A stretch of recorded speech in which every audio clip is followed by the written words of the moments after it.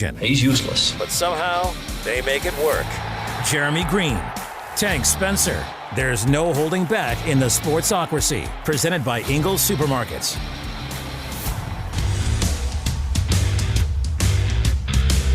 It's ESPN Asheville. You're in the Sportsocracy. This is ESPN Asheville 92.9 FM, 880 AM, and 1400. We are heard everywhere on the iHeartRadio app and seen everywhere on YouTube. Live at the Ingles studio. Go to thesportsocracy.com. Click the live video link. Subscribe to the channel. And join us in the chat. We've got 1 hour to go before, well, kickoff. Kickoff is coming up at 6 o'clock tonight in college football. There are no games kicking off at 6 that you should be paying attention to. You wait till the 7 o'clock hour, and then you get to some of the Power 5 teams being involved. 2 ACC teams in action tonight in NC State and Wake Forest. Wager against NC State, and if you find a place to wager on Wake Forest Elon, you should probably call a new sponsor because you need a meeting in the basement of a church. Stale cookies and bad coffee for all. It is the Sportsocracy, top of the third hour of the program. We always do the daily draft, and today we're going to focus on underrated or undervalued players in fantasy football for 2023. Where are we going to start on this one? It's my turn? It is your turn. It's my turn. All right. I beat you in the sandwich draft yesterday. In the sandy? No, you did not. I did. No, I did. Sir. No, sir. I got grilled cheese, which is and the Ubens. And Reuben Cuban. The that was where I Cuban wanted. tandem was very good. But yeah, you still fell short on that one. Most underrated fantasy players this year. I'm going to go with Damien Pierce. Ooh. Damien Pierce to me is a guy that I feel like the industry, fantasy football players were really high on for last year. And for some reason, this year's different. Even though I think his team is better this year than they were last year. Not by much. Not by much, but a little bit. And I think the offensive line is a little bit better. The offensive line's fine. Than they were last year. I just don't know what the hate is or you want me to tell you? Or the shade that's being thrown his way. I can tell you. Please. How many points did he score in the playoff weeks last year? How many? Zero, because he didn't play any of those games. Mm-hmm. That's why. Because people had him for the year. He had that nice little run to begin the year, and then other than that, he was largely average. I mean, he was consistently good, especially in PPR, for 15 a week-ish. Had a couple really elite weeks before the bye week, and then it just became inconsistent as all get out. Now, I don't think it's going to be a problem this year. Devin Singletary he's fine. Mm-hmm. I don't necessarily think he's great, and I don't think he's taking away a bunch of – I don't think he's going to take away a bunch of tote for Damien Pierce. You've also got a quarterback here that is really hard to trust in any way. Right. Not that they had one that they could trust last year, so I don't know that changes a whole lot. Yeah, but with Davis Mills, I at least felt like he could get the protections right. You got to understand, C.J. Stroud's going into a whole new world here. Mm-hmm. The reason that Ohio State quarterbacks have come to the league and struggled so much is because it is very, very different in the league than what they're used to. That's a pick-and-pop offense with a lot of high-level receivers. His receiving core at Ohio State was better than his receiving core with the Texans, and I'm not sure it's all that close. Mm-hmm. So I get some of the hate. It's just gone way, way too far. It has. He disappeared for a few weeks in the middle of the season.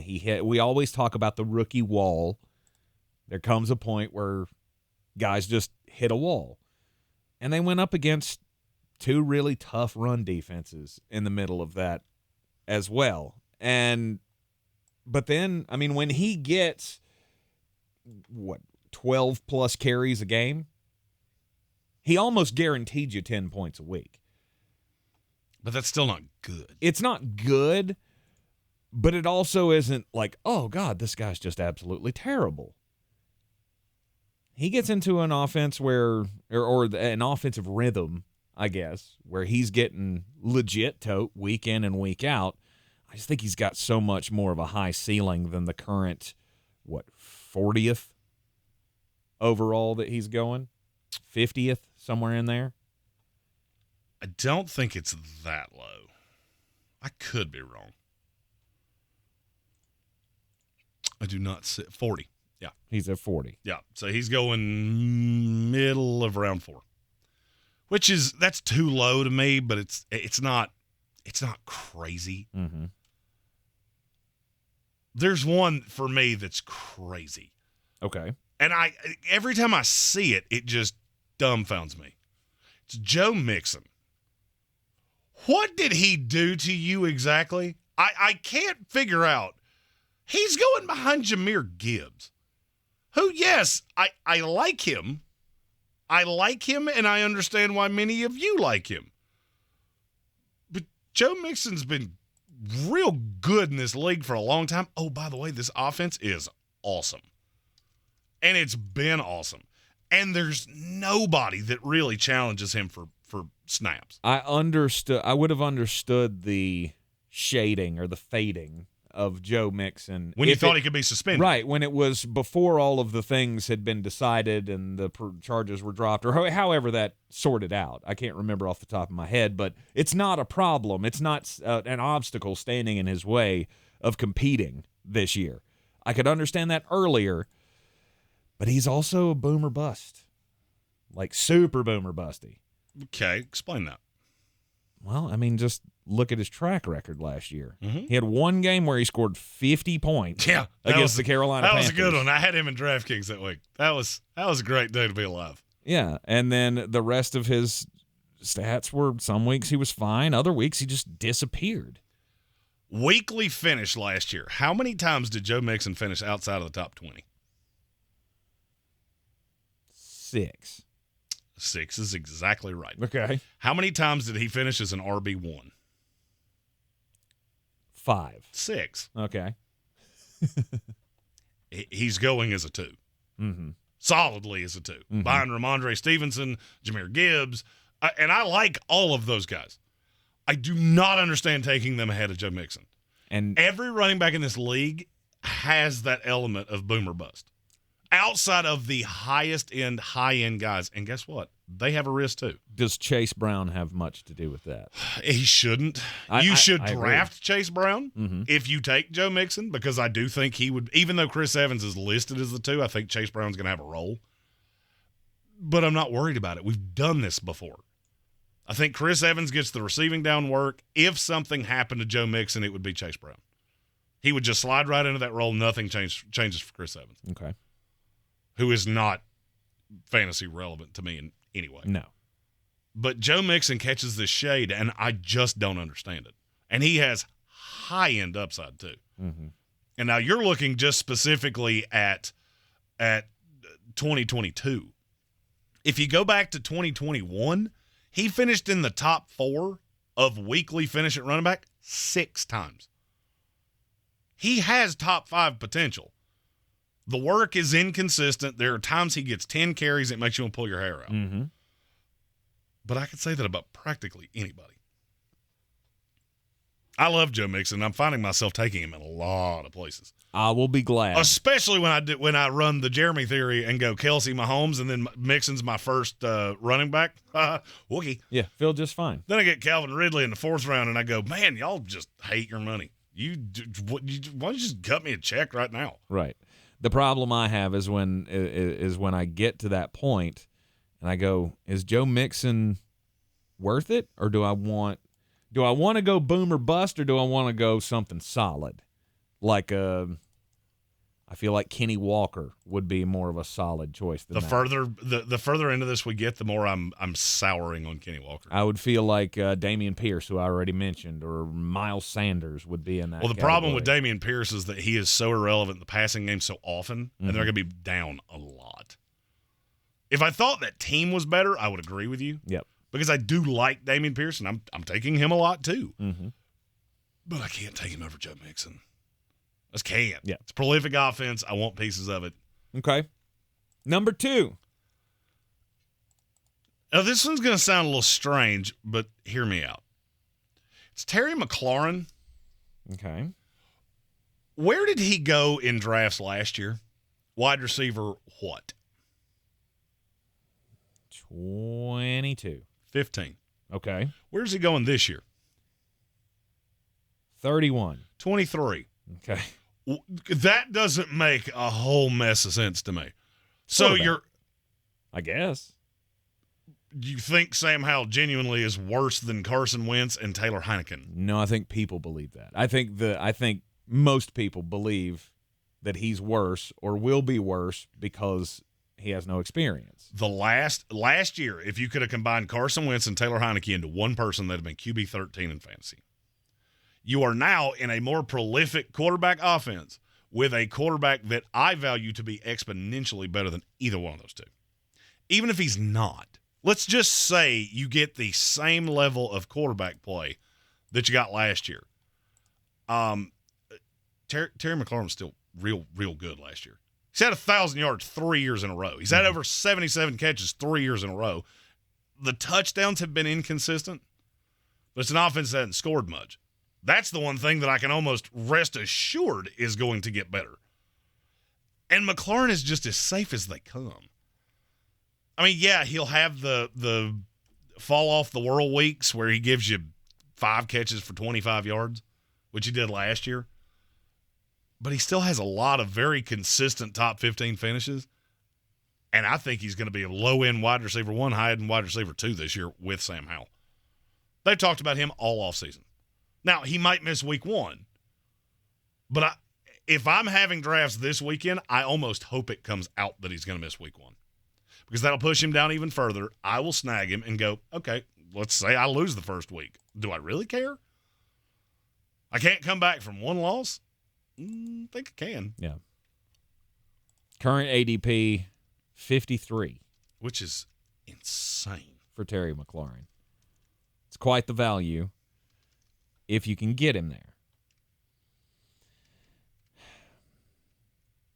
I'm not wild about the next player that I'm going to take. But I feel like wide receiver 32 is very low for a guy who has the kind of talent that Deontay Johnson has. He has his problems, right? Like we talked about this with him last year. As the season kept going and he wasn't getting his targets, he got louder and louder. And remember, everybody started drawing all the comparisons to Antonio Brown. This is how it started with Antonio Brown. He's not getting his. He's going to be loud. He's going to be a problem. The kid had how many touchdowns last year? 0. 0. That's right. Do you think that's replicable? A guy with his talent, with his quarterback taking another step, we think, he had 882 yards last year and did not get into the end zone. There's no chance that happens again this year. I don't think. Well, it's only because you're so all in on Pat Freiermuth. And George Pickens. That's the problem, is that I love Freiermuth and I love Pickens. Mm-hmm. They're both better red zone targets than he is. Mm-hmm. I don't disagree with you that he's going too low. I don't think it's crazy too low. Really? No. 7th round is not too low. No. Because, all right, so you said that the not scoring a touchdown was not replicable. Yes. How many do you think he's going to score? I don't know. I'd put it at 5. Okay. So if you add if you add 5 touchdowns to what Deontay Johnson did last year. Yes. In PPR leagues, he finished, I want to say he was in the low 20s. I'm looking as we speak. And, of course, 28. Okay. If you add 5 touchdowns to that, all right, that's 30 points. Where's that put him? I don't know. 22. Oh, okay. It doesn't change that much. Now, if you think he's going to score 10 times, then okay, now we're getting it. That puts him in the top 12. I think he's not getting that. I agree. He's not getting that. And I don't think the targets are going up. If anything, they're going down. I don't think the receptions are going up. If anything, they're going down. Yards might, and I think 5 would have been the number I would have put on touchdowns. All right, if you go 5 and he'd have been 22 last year, that's 10 spots higher than 10 spots higher just in wide receivers. Agreed. From where he's at right now. Agreed, but then you have to really dig into what that means. The last year he would have beaten Cooper Kupp because he missed 1 billion games. Right. He would have been over DJ Moore, Chris Olave, Juju Smith-Schuster, all guys that I think are in better shape this year.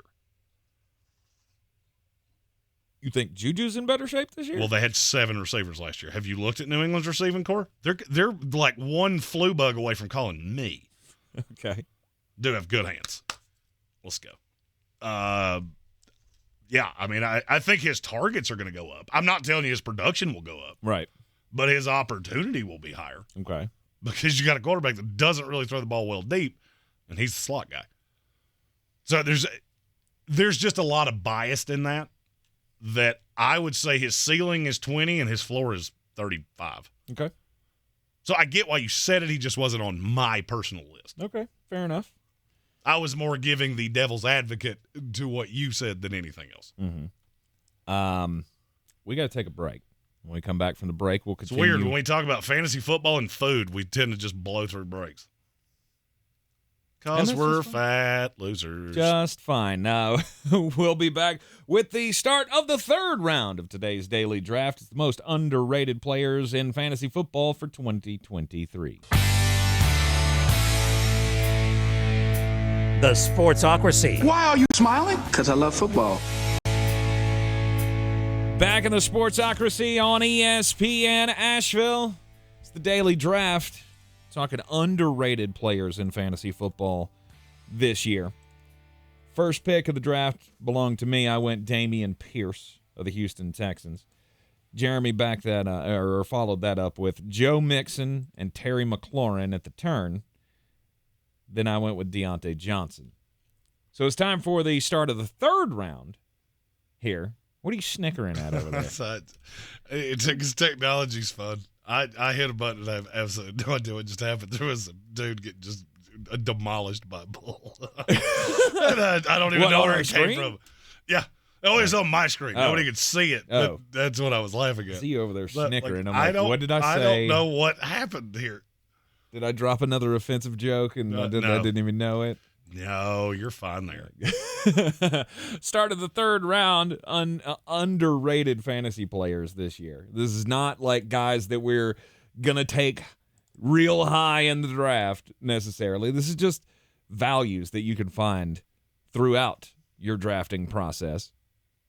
And this is one that last night I was sitting in my draft, and it's, I don't know, it might have been the 11th or 12th round.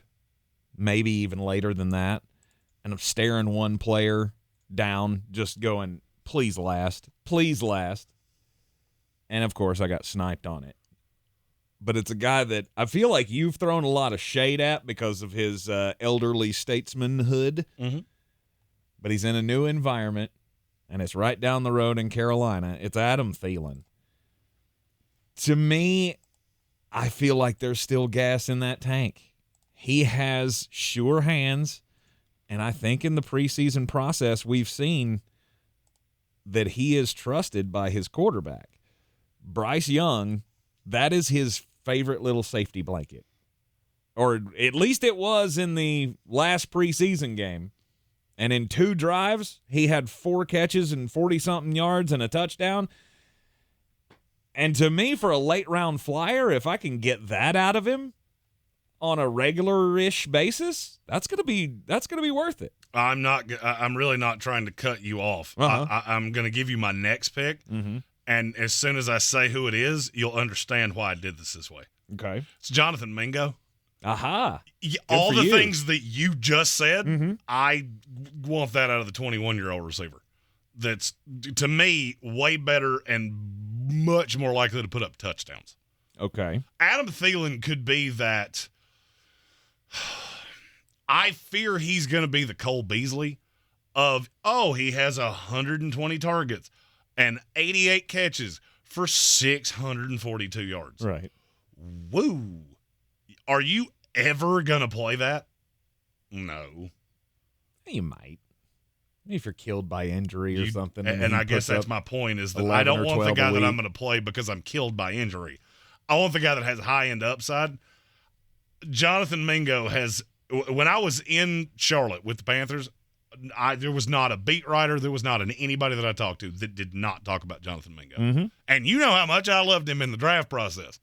That was one of the only first-rounders I missed because I said he was going in the first round. He didn't. I'm still disappointed by that. But I'm glad Carolina got him because I think that's a perfect landing spot for him. And I think he really bursts onto the scene quickly. I like him a lot. For all of the same reasons that you just said about Adam Thielen. I just don't know how trusted he's going to be.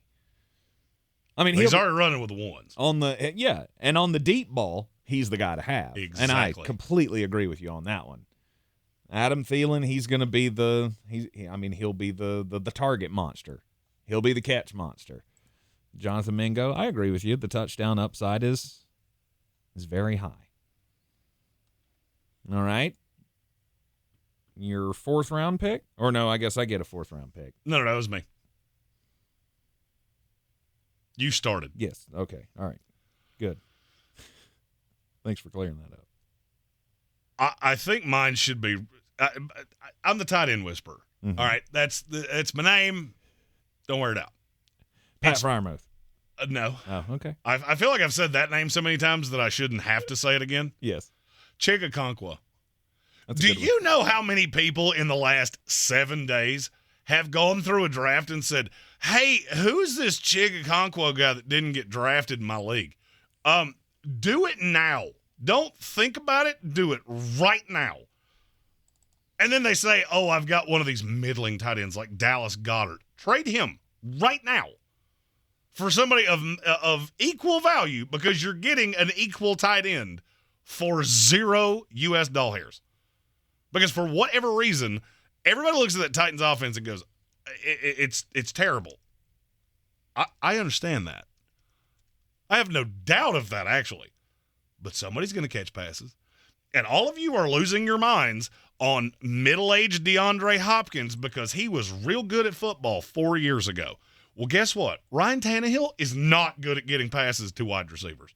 You know what he is good at getting them to? Tight ends. And a lot of times it's been 3 of them with Anthony Ferkser and Jonnu Smith and Austin Hooper and whoever else is on this roster. They don't have anymore. It's him. End of message, repeat the line.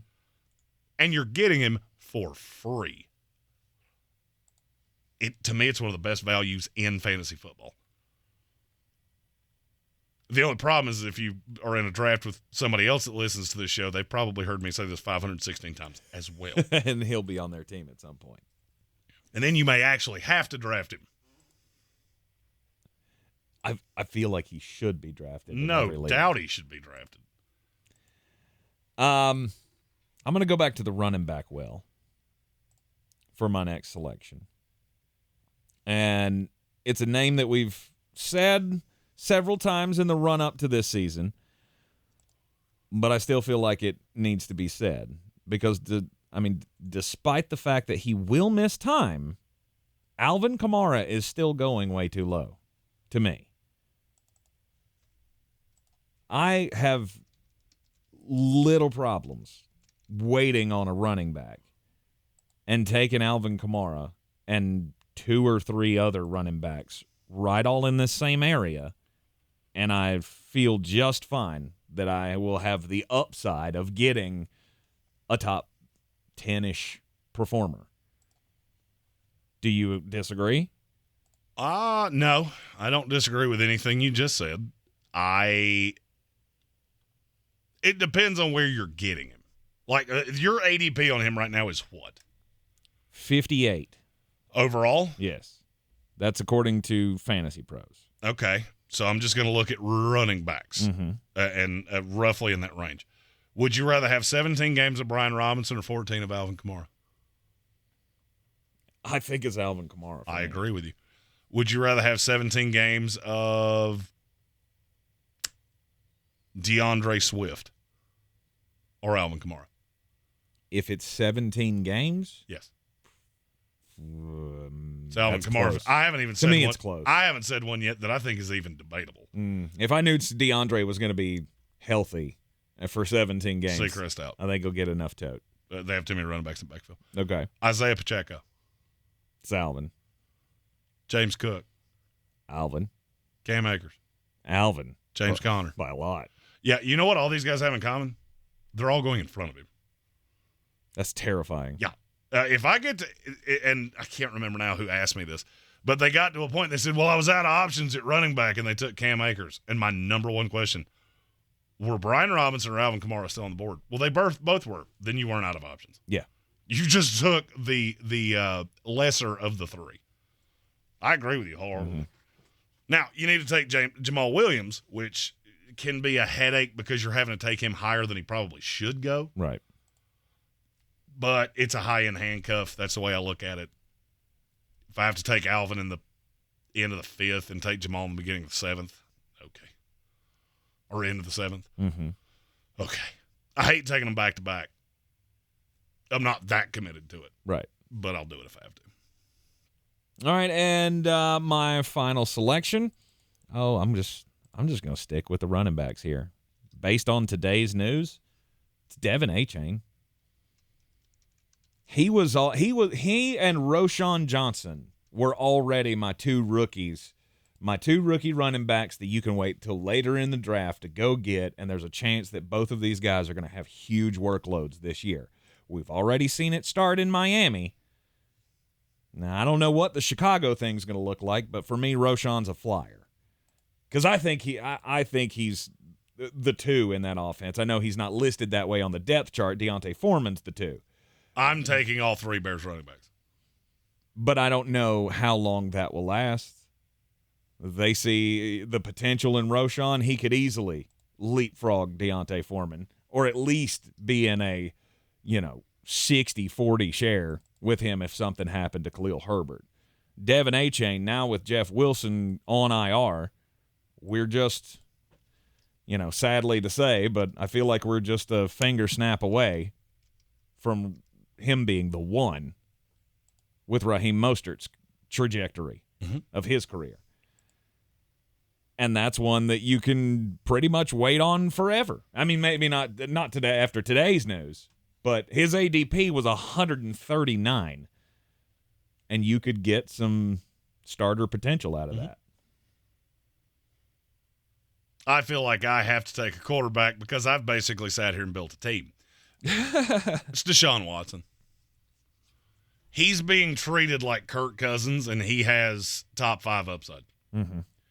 We seem to be forgetting, in seasons that Deshaun Watson played all 17 games, how many times has he not been a top 5 quarterback? You want to hear the list again? Because it's been every single time. Really? And I think he'll do it again. The line is better. I like the weapons. It makes me like Nick Chubb less, but not tremendously less, because now there's no Kareem Hunt to be a headache there. It's Jerome Ford and Pierre Strong. I have Deshaun Watson throwing for almost 4,900 yards. And I think it's 34 touchdowns and 7 interceptions. That's really, really, really good. Mm-hmm. And all he needs is one of those quarterbacks that's going top 5 to not play 17 games, and that's enough to put him in the top 5. Yep. All right, there you have it, the daily draft. Most underrated players in fantasy football for 2023. My 5, Damien Pierce, Deontay Johnson, Adam Thielen, Alvin Kamara, and Devin Achane. Jeremy goes with Joe Mixon, Terry McLaurin, Jonathan Mingo, Chig Okonkwo, and Deshaun Watson. Yeah, you did. You did, didn't you? You built a whole roster there. Good for you. It is the Sportsocracy. This is ESPN Asheville. When we come back, it's time for the most important message of the day.